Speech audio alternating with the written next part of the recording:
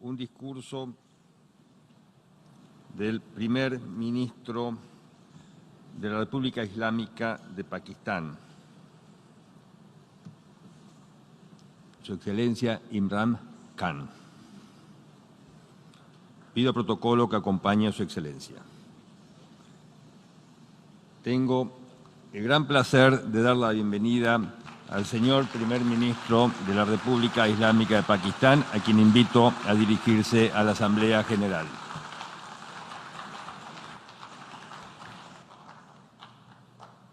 Bismillah ar-Rahman ar-Rahim. Iyyaka na'budu wa iyyaka nasta'in. Mr. President, Honorable Secretary General, Excellencies, ladies and gentlemen, I feel honored today to represent my country at this Forum of World Leaders, where we have a chance to discuss problems that the world is facing. I want to talk about a lot of problems, but just 4 today. And I especially came to this forum despite a difficult time in my country, facing challenges. I would not have come, but because I feel that there are some very urgent problems which the world must address. So first of all, I start with climate change. So many leaders have talked about climate change. But Mr. President, I feel that there is a lack of seriousness. Perhaps world leaders some of the leaders who can do a lot, do not realize the urgency of the situation. We have a lot of ideas, but as someone said, ideas without funding is mere hallucination. Pakistan, I'll give you start with my own country. Our country is amongst the top 10 nations in the world which are most affected by climate change. We depend upon our rivers. We are mainly an agricultural country. And 80% of the water in our rivers comes from our glaciers. The glaciers not just on the Pakistani side, even India. The river, the 80% of the water in Ganges and the Indian rivers also comes from the glaciers, from the Himalayan glaciers, Karakoram, Hindu Kush. And these glaciers are melting at quite a rapid pace.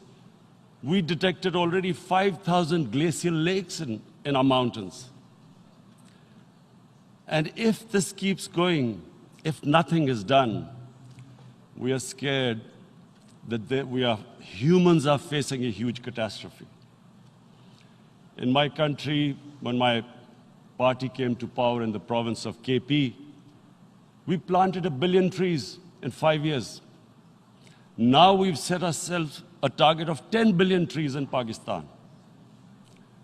Idea being to counter the effects of global warming. But one country cannot do anything. This has to be a combined effort of the world. My optimism comes from the fact that humans, the Almighty has endowed humans with great powers. We can do anything, provided our survival instinct is stirred up. And this is really what I hope that the United Nations will take a lead in this. There must be more emphasis. Richer countries must be pushed. Countries that are responsible for, mainly are responsible for greenhouse gas emissions. They must be pushed because our country contributes minuscule amount to greenhouse gases. So I feel that the United Nations must take leadership in this. My second issue for me right now is even more critical.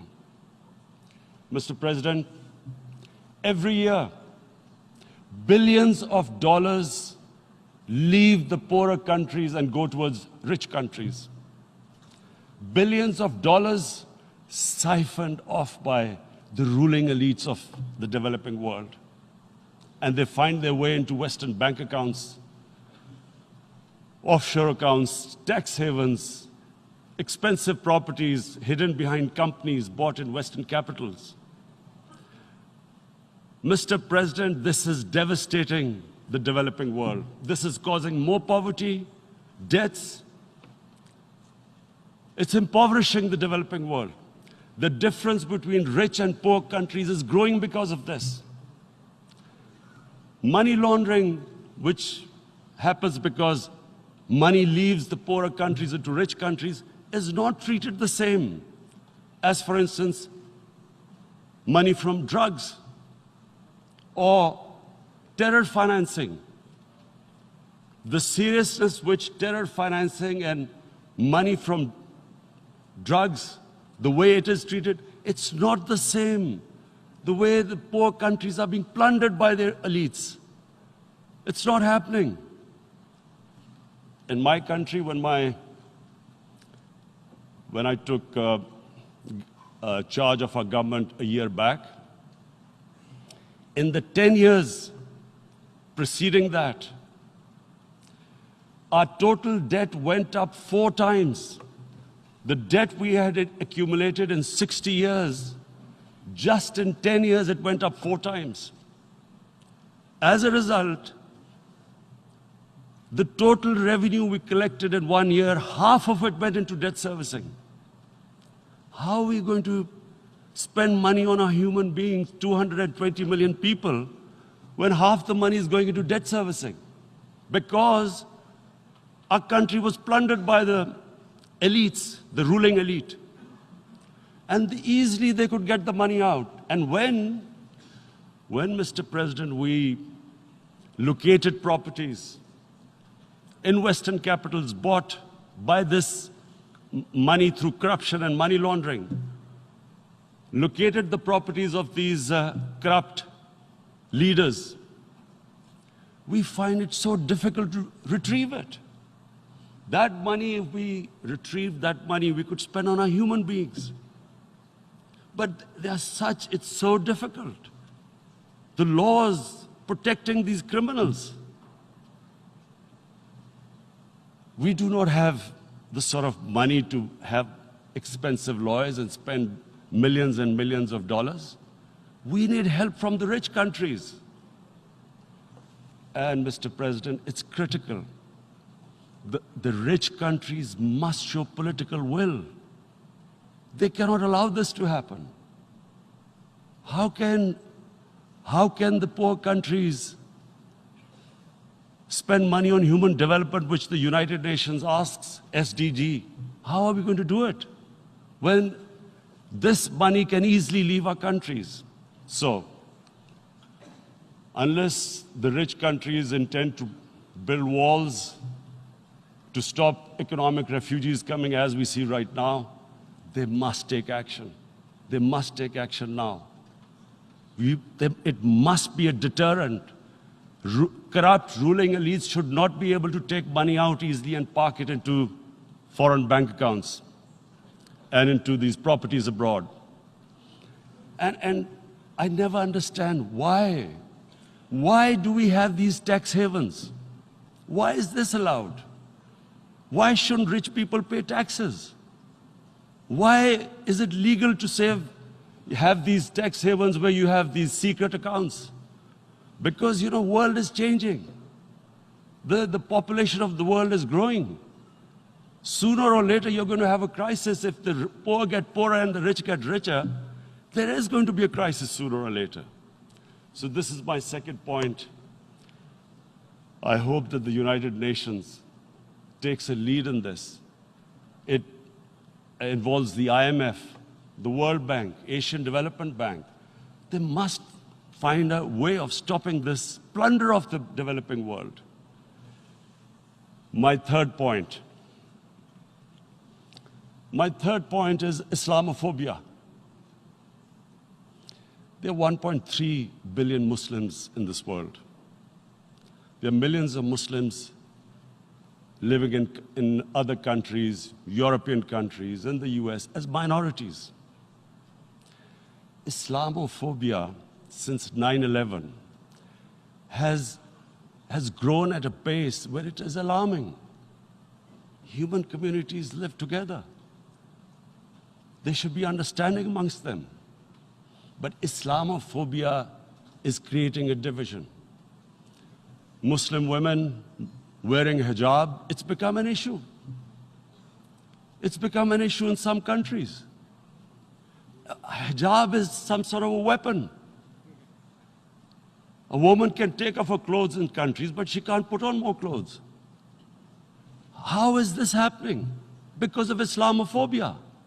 And how did this Islamophobia start? After 9/11. And why did it start? Because certain Western leaders equated terrorism with Islam. Islamic terrorism. Radical Islam. What is radical Islam? There is only one Islam. And that is the Islam we follow of Prophet Muhammad sallallahu alaihi wasallam. There is no other Islam. Radical Islam, Islamic terrorism, what message did they send to people in the West? And why is there Islamophobia? How is a person in New York, in the Midwest, in the US, in European capital, how is he going to distinguish between who is a moderate Muslim and who's a radical Muslim? Because terrorism has nothing to do with any religion. This Islamic terrorism, Islamic radicalism, and sadly used by leaders, this has been the main reason for this Islamophobia. And it has caused pain amongst Muslims. We in Muslim countries watch this Islamophobia traveling abroad, and it's getting worse. And may I just say, Mr. President, that in European countries, it is marginalizing Muslim communities. And we all know that marginalization leads to radicalization. Some of the people who ended up as militants in Syria and other places were from marginalized Muslim communities. And my point here is that we must address this issue. I'm sad to say that we Muslim leaders have not addressed this issue either. After 9/11, when this thing came about war against radical Islam, rather than Muslim leaders trying to explain to the West that there is no such thing as radical Islam, in all human communities, they are radicals. They're liberals and rest are moderate. All human communities, Christians, Jews, everyone has it. But Islam is not radical, neither Judaism, neither Christianity, neither Hinduism. No religion preaches radicalism. The basis of all religion is compassion and justice, which differentiates us from the animal kingdom. But unfortunately, the Muslim leadership was so scared of being called radical Islam that all of them became moderates. In Pakistan, we were in the eye of the storm, and our government coined a phrase called enlightened moderation. No one knows what it meant. But everyone started putting on Western suits that they were moderates, started speaking. Even those who didn't know English would speak English because they were moderates. No one had a clue what it was. Because we, in the Muslim world, did not explain to the West that there is no such thing as radical Islam. One of the reasons why after 9/11, Islam was supposed to be equated with terrorism was suicide attacks. Because the 9/11 bombers did a suicide attack, all sorts of theories came up that the Muslims are involved in suicide attacks because they will get virgin in heavens. Some came up with, what about women, suicide attackers? So this bizarre thing happened. No one explained. Suicide attacks and Islam were equated. No one did research that before 9/11, the majority of suicide attacks in the world were by Tamil Tigers, who were Hindus. No one blamed Hinduism, and quite rightly. What has Hinduism got to do with what desperate people were doing in Sri Lanka? We all know about, we've seen films about Japanese kamikaze pilots at the end of the Second World War doing suicide attacks. No one blamed the religion. But here we were trying to prove we were moderates and not explaining to the West. But the most important thing I wanted to say here today, in explaining this Islamophobia, Mr. President, and I feel it's very important because I've spent, because of, I played professional sport in England, I spent a lot of time there. So I know how the Western mind works and how West views religion. So where the misunderstanding about Islam came. And one of the reasons it caused Islamophobia. That was, in 1989, this book was published, maligning, insulting, ridiculing our Prophet Muhammad sallallahu alaihi wasallam. And there was a reaction in the Muslim world. The West couldn't understand what was the problem. Because in the West, because I have spent so much time in the West, religion is perceived completely differently. They don't look upon religion like we do. And so, Islam was supposed to be an intolerant religion. It was against freedom of expression. And Islam took a real beating 30 years ago. I still remember it became a watershed. And every 2 or 3 years, someone would malign our Prophet, peace be upon him. There would be a reaction by the Muslims. And again, it was Islam, an intolerant religion. Again, this time, I blame a certain section of the people in the West who deliberately provoked this, knowing the impact it would have. But the majority of the people in the West didn't understand. This is where, again, Muslim leadership let the Muslims down. We should have explained to them what our Prophet, peace be upon him, means to us. So in 1 minute, I'll try and explain what he means to us. Our Prophet was the witness to the divine book, the Holy Quran. The Holy Quran is the book of guidance for Muslims, and the Prophet's life was living the Quran. He was an example of what the Quran guided us to be. So he is the ideal we all try to get to. The Prophet created the state of Medina, the first state in Islam.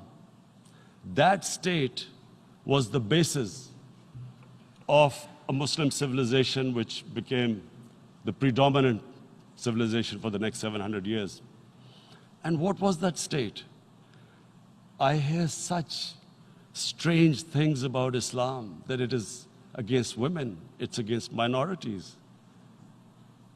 The first state of Islam in Medina, it was the first time a welfare state was set up. The state took responsibility of the weak, widows, orphans, poor people, handicapped. It taxed the rich, spent the money on the poor. The state announced that all human beings are children of Adam, hence equal, whatever the color of their skin.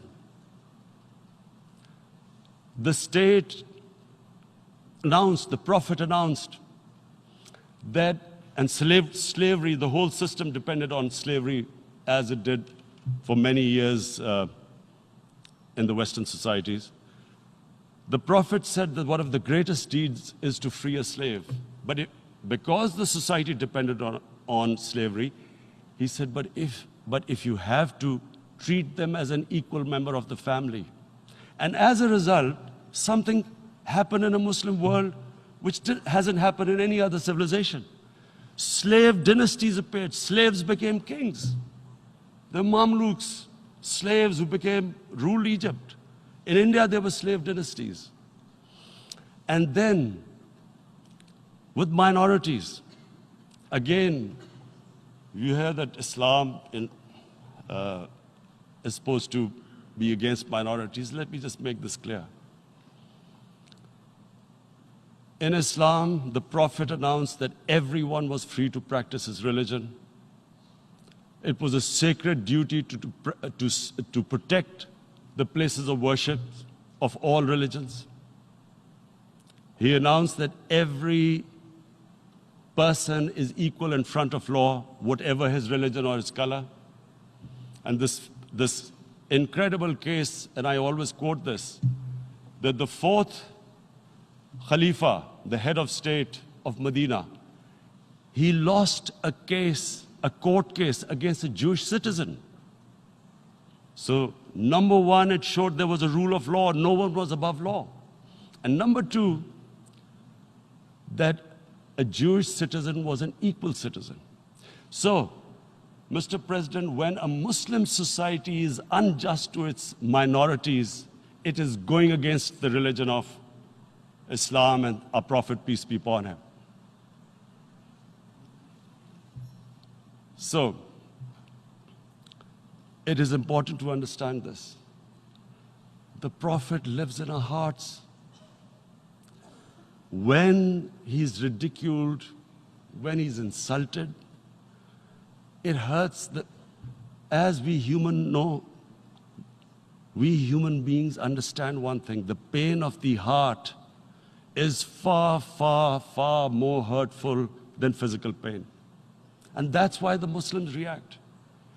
And I always thought that if I ever had this stage, I would try and explain this to the world community, especially to the Western community, because having lived in the Western community, people didn't understand this.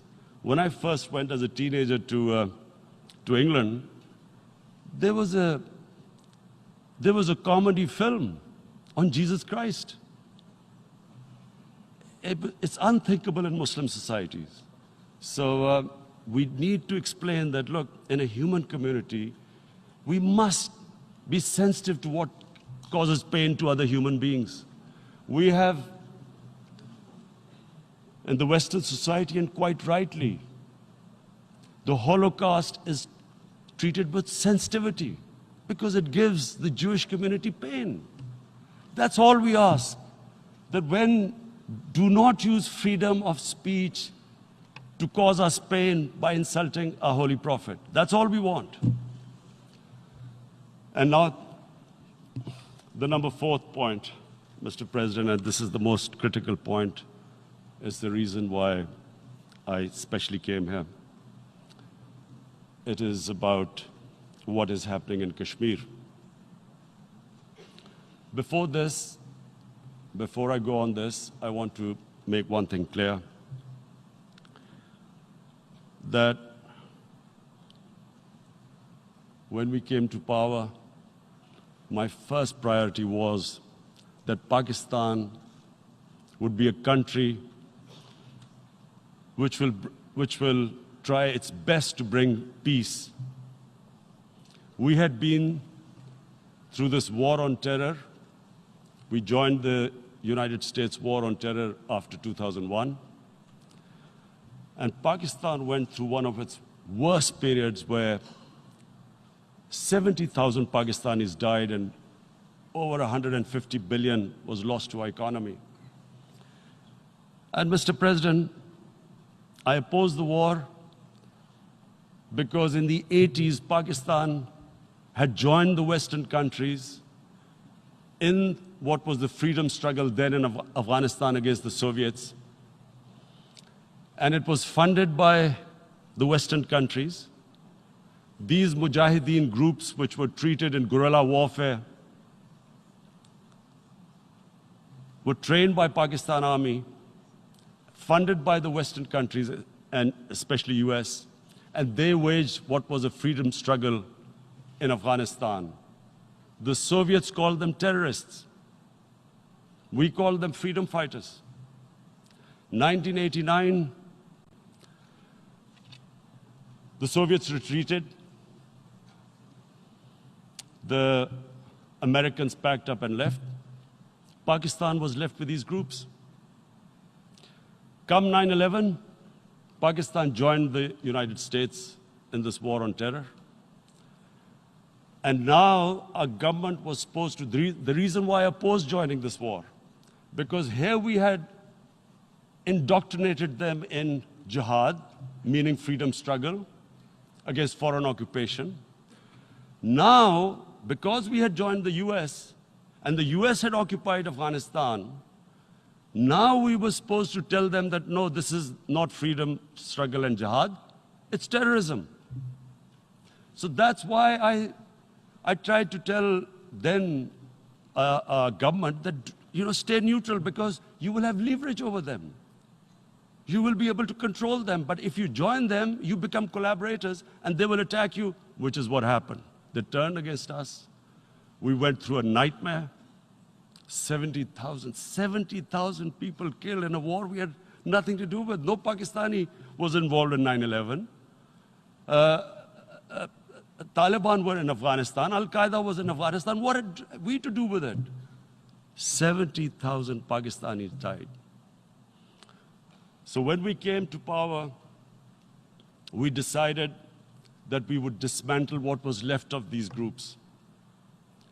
And this decision was taken not just by us, but by all the political parties in Pakistan. Unfortunately, they didn't implement it. So we came to power, we decided to implement it, and we dismantled whatever was left of the groups. And I know that India keeps accusing us that there are these groups there. I would like the United Nations to send observers, see for themselves what we've done. No Pakistani government would have dared to do this because it would have created strife. But we decided that there would be no militant organizations in Pakistan. So I need to give you this background and to what I'm going to say later on. And secondly, we started mending fences. I invited the Afghan president. We developed a relationship with Afghanistan. We had problems with Iran. We mended fences there. And then India. Now let me just give you a little background about my relationship with India. Because of cricket, and cricket being it's a passion in the subcontinent, I had great following in India. I have friends in India, and I loved going to India. So immediately, when my party came to power, the first thing we did was to immediately reach out to India. And I spoke to President Modi, and I said, look, we have similar problems. Climate change, poverty, let's get together. Let's resolve our differences through trade. Let's build a relationship on trust. Prime Minister Modi told me that, there were terrorist attacks from Pakistan.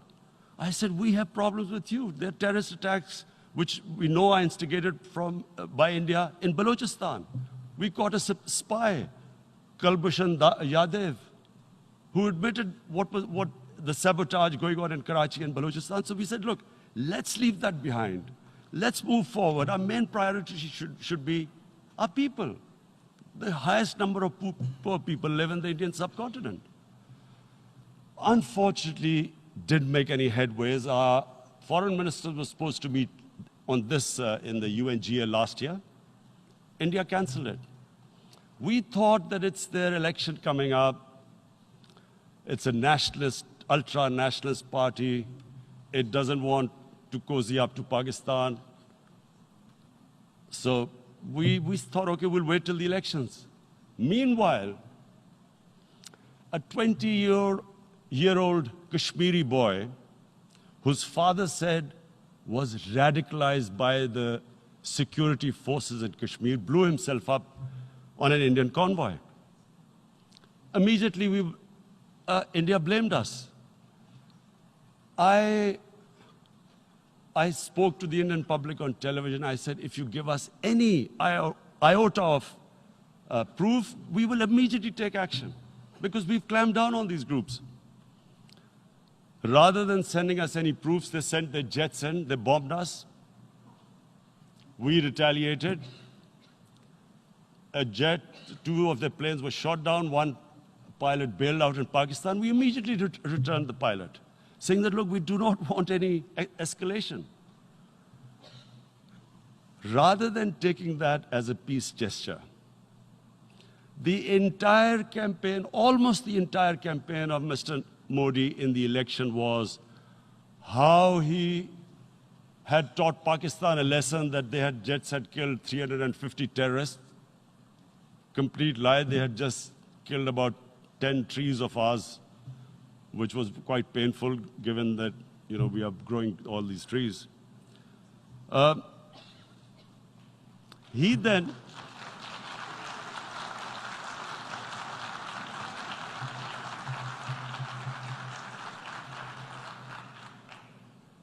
the election campaign, Mr. Modi used words like, this is just a trailer, the movie is about to start. I went into Pakistan and taught them a lesson. This was the election campaign. Okay, so we thought, us politicians make all these statements to win elections. So, okay, after elections, we'll get back to our normal relationship. Well, the moment the elections ended, we approached India, no response, but then we discovered they were trying to push us in the FATF blacklist to bankrupt us. That's when we realized there was an agenda. And that agenda became obvious on the 5th August when India went against 11 United Nations Security Council resolutions, which say that Kashmir is a disputed territory and the people of Kashmir have the right of self-determination. They went against that. They went against Simla Accord, which is about bilateral, sorting out our differences through bilateral means, went against that. They actually went against the Indian Constitution. Illegally, they revoked Article 370, which gave Kashmir the special status. They got an extra 180,000 troops there. Total number of security forces in Kashmir now are 900,000. And they put 8 million people of Kashmir under curfew.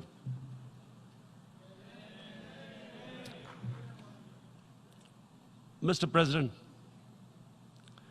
now I just briefly want to make the people understand, how can anyone do something like this? And for that, I have to explain to you what is RSS. RSS, Mr. Narendra Modi is a life member of RSS. RSS was an organization that was inspired by Adolf Hitler and Mussolini, came about in 1925. They believed in racial purity, racial superiority.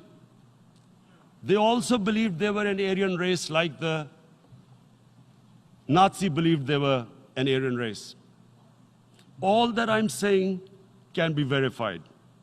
This is the time of information revolution. You can Google all this, what I'm saying. But it is very important for me to explain this to you so you know what is happening in India. This RSS believed in the ethnic cleansing of Muslims from India. At one point, there was racial superiority of the Hindu race. Secondly, it was hatred for the Muslims and for the Christians, because they believed that this golden age of Hindu civilization was stopped because of Muslim rule centuries back and then the British rule of India. So it was racial superiority and hatred for Muslims and Christians. This is openly stated. You look at the founding fathers of RSS, Golwalkar and Savarkar. Just Google them and you'll find out. And this ideology of hate is what murdered the great Mahatma Gandhi in 1948. It was this ideology of hate that made Narendra Modi in 2002 do a pogrom against Muslims in Gujarat when he was the chief minister. He allowed 3 days for these RSS goons who were inspired by the Hitler brown shirts. They actually wear brown shirts. This RSS, the Congress Home Minister gave a statement that in RSS camps, terrorists are being trained. And these terrorists butchered 2,000 Muslims and 150,000 Muslims were made homeless. Narendra Modi could not travel to the US because of that. And I need to make you understand this background before I explain to you that what sort of a mindset would lay siege to 8 million people with 900,000 troops. Women, children, sick people, locked in as animals. In fact, of what I know of England, if 8 million animals were locked in, the RSPCA would have made a lot of noise about it. These are human beings.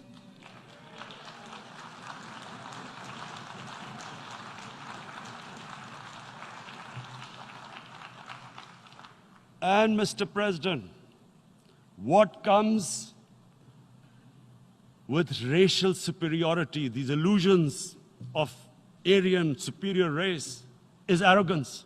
The two go together. And it's arrogance that makes people make mistakes and do stupid things.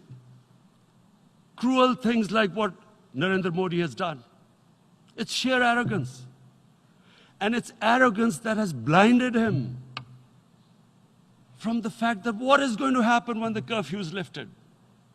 Has he thought about it? This hasn't been thought through. What is he going to do when he lifts the curfew? Does he think that people of Kashmir will quietly accept the status quo because India has changed the constitution and taken away the special status? They'll accept that? Mr. President, 100,000 Kashmiris have died in the past 30 years because they were denied the right given by the United Nations, the right for self-determination. 100,000 have died and 11,000 women have been raped. There are 2 human rights, United Nations human rights reports on this. The world hasn't done anything because India is a huge market, 1.2 billion people. Sadly, the material prevails over the human. But this has serious consequences. Again, I repeat, that's why I'm here. Look, what is going to happen when the curfew is lifted will be a bloodbath. The people will come out. There are 900,000 troops there. They haven't come to, as Narendra Modi says, he's done this for prosperity of Kashmir. This is supposed to be for the development. These 900,000 troops, what are they going to do when they come out? There'll be a bloodbath. Has he thought it through what happens then? Mr. President, has anyone thought that what happens when there is a bloodbath? What do you think the impact will have on people of Kashmir. What do you think they will think? The way they have been boxed in their houses, treated like worse than animals, no rights. Thousands of all the political leadership has been arrested, taken out of Kashmir. Even those Kashmiri leaders who were pro-India have been taken out. 13,000 boys have been picked up and taken to God knows which destinations. So what do they think? What will the people of Kashmir do when they lift the curfew? They will be out in the streets. And what will these soldiers do? They will shoot them. They've already used pellet guns, blinded young boys. In the last 6 years, the 5 years, the oppression that has gone on in Kashmir. And so, Kashmiris will be further radicalized. Mr. President, there will be another Pulwama. And guess what? India will blame us. They're already blaming us. They're saying all this is happening because of Pakistan. One of their defense ministers said, there are 500 terrorists lined up on the border to go in. Why would Pakistan send 500 terrorists when there are 900,000 troops? What impact are they going to make? What will they do? And why would? Don't we know that the moment there is some terrorist attack, all that will happen is there'll be further cruelty and oppression of the people of Kashmir. We will just give the 900,000 troops to further crush the people of Kashmir. And then we'll give the Indian government an excuse that, look, Pakistan is a terrorist state, and this mantra that has gone on, Islamic terrorism. The moment you use this catchword, Islamic terrorism, the whole world turns away. No one talks about human rights. You can do whatever you want, which is what has happened in Kashmir, because they keep using this word, Islamic terrorism. And this is what they're doing right now. What do we benefit from further increasing the cruelty on the people of Kashmir? And why would we want this? But there is no other narrative left for India. As when they lift the curfew, whatever happens, Pakistan will be blamed, and there is always a danger of another Pulwama. They might come and bomb us again, and then another cycle might start. And what does Narendra Modi think? That 180 million Muslims of India are thinking right now. Aren't they watching these Kashmiris stuck inside for 55 days they've been stuck in? Aren't they watching? What do you think? Don't you think that the Muslims will be radicalized in India? And I'm talking about 180 million people. And when they get radicalized, there will be some incident in India somewhere down the line. Again, we will be blamed. And I'm warning you right now, again, we will be blamed. And Mr. President, what about 1.3 billion Muslims who are watching this? And they know that it is only happening in Kashmir because they're Kashmiri Muslims. This is not happening to Kashmiri Hindus. They know that this is happening because of their religion. So what do you think they will be thinking? What do you think the Jewish community would think if there were, forget 8,000 Jews stuck like this? What do you think Europeans would think? What do we think? I mean, any human community, if their members are stuck like that, what do you think they will think? Are we a children of a lesser God? Is it not going to cause us pain? And then I'll tell you what will happen. People will, in the 1.3 billion Muslims, someone will pick up arms. I know we've been brought up with films, Western films. This good, decent guy doesn't get justice. He decides to pick up a gun and start seeking justice. There was a film made in New York, famous film called Death Wish. This guy gets mugged by and his family, his wife gets killed or something. He can't get justice. He picks up a gun and he goes around shooting muggers. And the whole cinema cheers him on. So what do you think the Muslims are thinking right now? If there is a bloodbath, there will be Muslims becoming radicals, not because of Islam, but because of what they will see, that there's no justice when it comes to Muslims. There were Rohingya Muslims, Myanmar, who are, God knows, almost 1 million people out, ethnic cleansing. What was the response of the world community? So what do you think will be the response of 1.3 billion Muslims? I picture myself. I'm in Kashmir. I've been locked up for 55 days.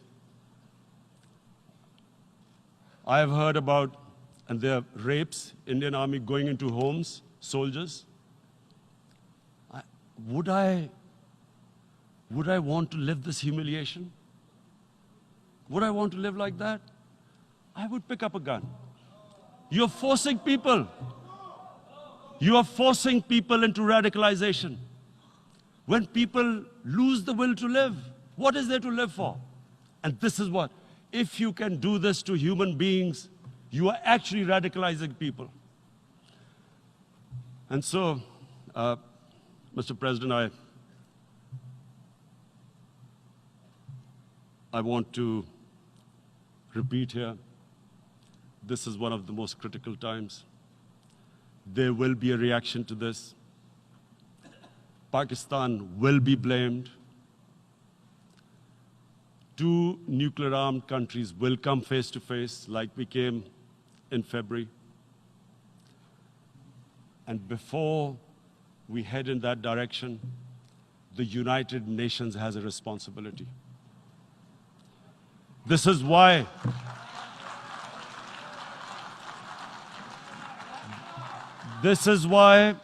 the United Nations came into being in 1945.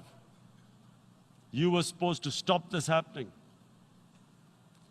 I feel we are back to 1939, Munich. Czechoslovakia has been taken, annexed. What is the world community going to do? Is it going to appease a market of 1.2 billion, or is it going to stand up for justice and humanity?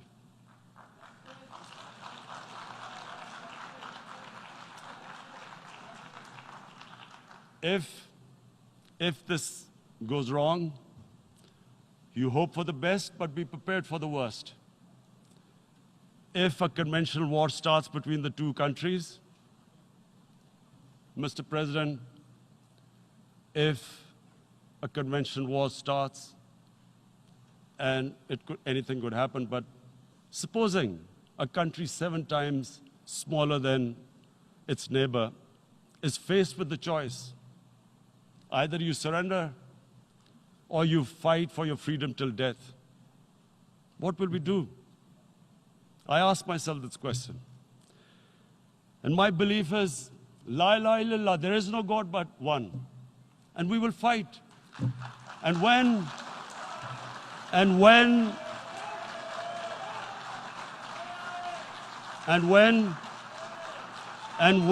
a nuclear-armed country fights to the end, it will have consequences far beyond the borders. It will have consequences for the world, which is why I repeat I'm here. Because I'm warning you, it's not a threat, it's a